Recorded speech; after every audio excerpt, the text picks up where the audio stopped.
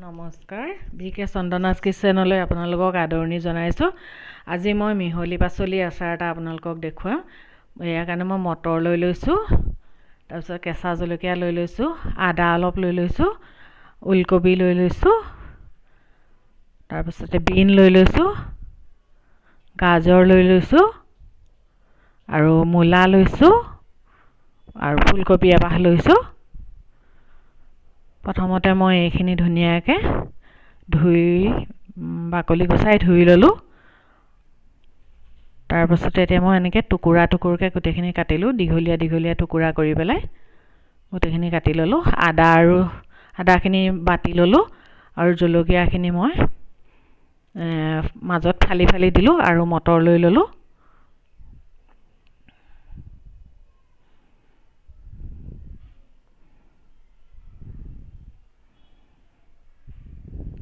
মই এটা ডাবৰত পানীখিনি উতলাই ল'লোঁ, তাতে মই গাজৰ আৰু বাকী যিখিনি পাচলি মই লৈছিলোঁ সকলোখিনি তাত দি সিজাই দিলোঁ। আৰু তাতে মই এতিয়া হালধি আৰু নিমখ অলপ দি দিলোঁ।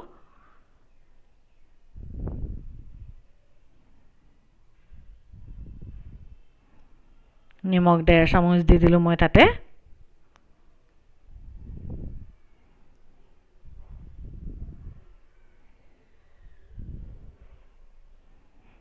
এইখিনি মই ভালকৈ লৰাই দিছোঁ আৰু মটৰখিনিৰ ওপৰত উতলা পানী দি দিছোঁ।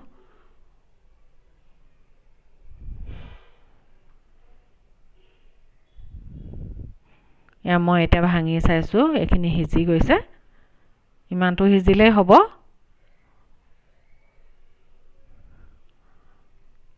আৰু মটৰখিনিও চাইছোঁ, মটৰো সিজি গ'ল, মটৰখিনিও সিজি গ'ল। এইখিনি এতিয়া মই এটা এনেকুৱা থাল লৈ লৈছোঁ, ফুটা ফুটা থকা থালখনত আগতে মই এইটো কি কয় কিবা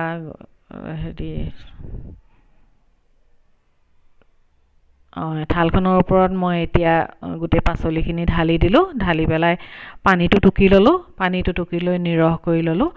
তাৰপিছতে মই এখন ডাঙৰ ট্ৰেৰ ওপৰত এখন কাপোৰ দিলোঁ, কটনৰ কাপোৰ দি এই ভেজিটেবল যিখিনি মই সিজাইছিলোঁ গোটেইখিনি তাতে ঢালি দিলোঁ। ঢালি দি এইখিনি মই এতিয়া মেলি দিছোঁ।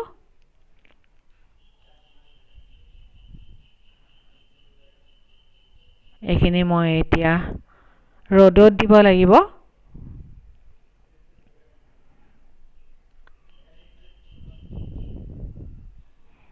ৰ'দত আমি এতিয়া এইখিনি 4 ঘণ্টামান দিব লাগিব। ইয়াৰ ওপৰতে মই বটা আদাখিনিও দি দিছোঁ।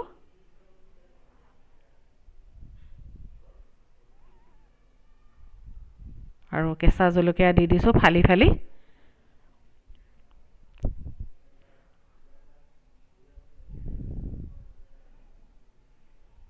এনেকৈ মাজলৈকে ফালি দিছোঁ।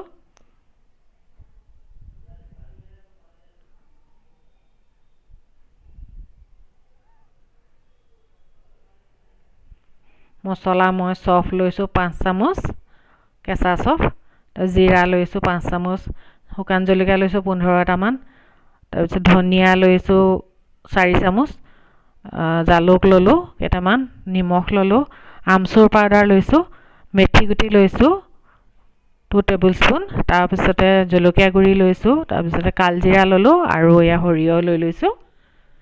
এইখিনিৰ পৰা আমি মছলা বনাব লাগিব আৰু লগতে ভিনেগাৰো লাগিব। ভিনেগাৰ লৈ লৈছোঁ।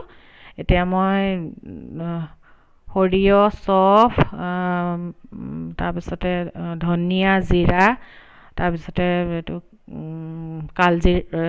এইটো কি কয় জালুক, এই গোটেইকেইটা মই প্ৰথমতে আৰু শুকান জলকীয়া সেইখিনি মই প্ৰথমতে ভাজি ল'ম। এয়া মই চফ দি দিছোঁ, চফ 5 চামুচ, টেবুল চামুচে 5 চামুচ, জিৰা 5 চামুচ টেবুল চামুচে, জালুক 2 চামুচ টেবুল টিস্পুন, 2 টিস্পুন লৈছোঁ। তাৰপিছতে সৰিয়হ দি দিলোঁ 4 টেবুল চামুচ। তাৰ ধনিয়া দি দিছোঁ। গোটেইখিনি মই ভাল ধৰণে ভাজি পেলাম।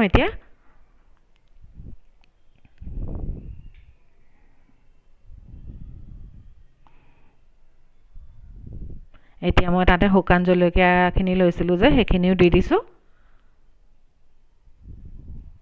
গোটেইখিনি মই এতিয়া ভাল ধৰণে ভাজিম।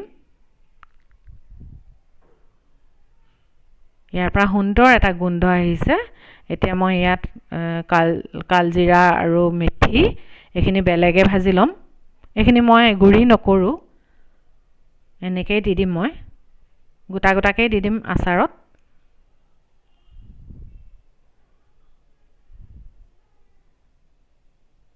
এতিয়া মই এখন শিলপতাত মছলাখিনি বাটিছোঁ। মিক্সিটো চলাবলৈ লওঁতে বেয়া হৈ থাকিলে সেইকাৰণে পটাতে বাটিলোঁ। আৰু পটাত বাটিলেও ভাল লাগে। এয়া মোৰ শুকান মছলাখিনি ভজা গুড়ি কৰা হৈ গ'ল। এতিয়া মই কেৰাহী এখনত তেল দি দিছোঁ। 1 কাপ তেল দি দিছোঁ, 1 পোৱা। তাৰপিছত এইখিনি গৰম হৈ গ'ল। গৰম হৈ যোৱাৰ পাছত ঠাণ্ডা কৰিলোঁ। অলপ ঠাণ্ডা হৈ থাকোঁতে মই তাত জনি 2 চামুচ দিছোঁ। টেবুল চামুচ টি চামুচেৰে 2 চামুচ দি দিছোঁ। তাৰপিছতে সেইখিনি তাৰ ওপৰতে মই যিখিনি ভেজিটেবল সিজাই ৰ'দত দি থৈছিলোঁ সেইখিনি দি দিছোঁ। তাৰপিছত মেথি আৰু কালজিৰা যিখিনি ভাজি থৈছিলোঁ গোটাকৈ সেইখিনিও দি দিছোঁ।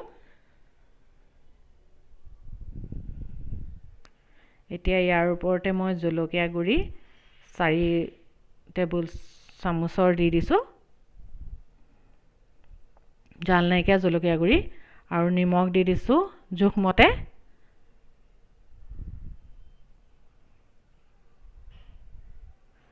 আমচুৰ পাউডাৰ দি দিছোঁ 4 চামুচ। টেবুল চামুচে 4 চামুচ আমচুৰ পাউডাৰ দি দিলোঁ।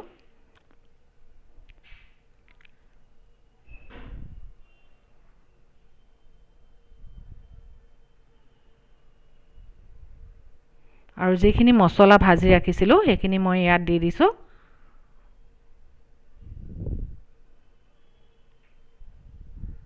দি পেলাই এইখিনি ভাল ধৰণে চবফালে মিলাই দিব লাগিব। মছলাখিনি চবৰে গাত লগাকৈ আমি মিলাই দিছোঁ।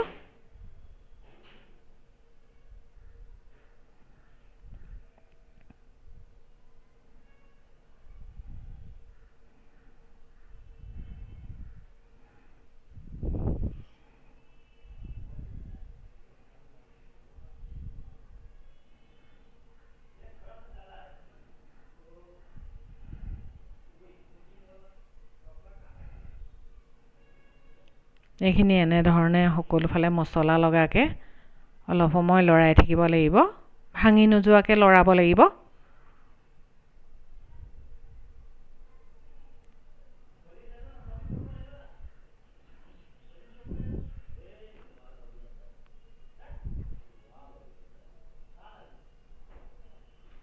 ইয়াতে মই আধা কাপ ভিনেগাৰ দি দিছোঁ। এতিয়া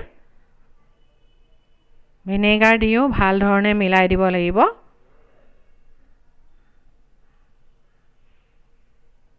এইখিনি আমাৰ আচাৰ হৈ গৈছে। মিক্স ভেজিটেবল আচাৰ হৈ গ'ল। এতিয়া মই শুকান চফা বটল এটা ল'লোঁ। কাঁচৰ বটল হয়। কাঁচৰ বটলত আচাৰ থ'ব লাগে, তেতিয়া বহু দিনলৈ ভাল হৈ থাকে। তাত এতিয়া মই অলপকৈ গোটেইখিনি ভৰাই দিম।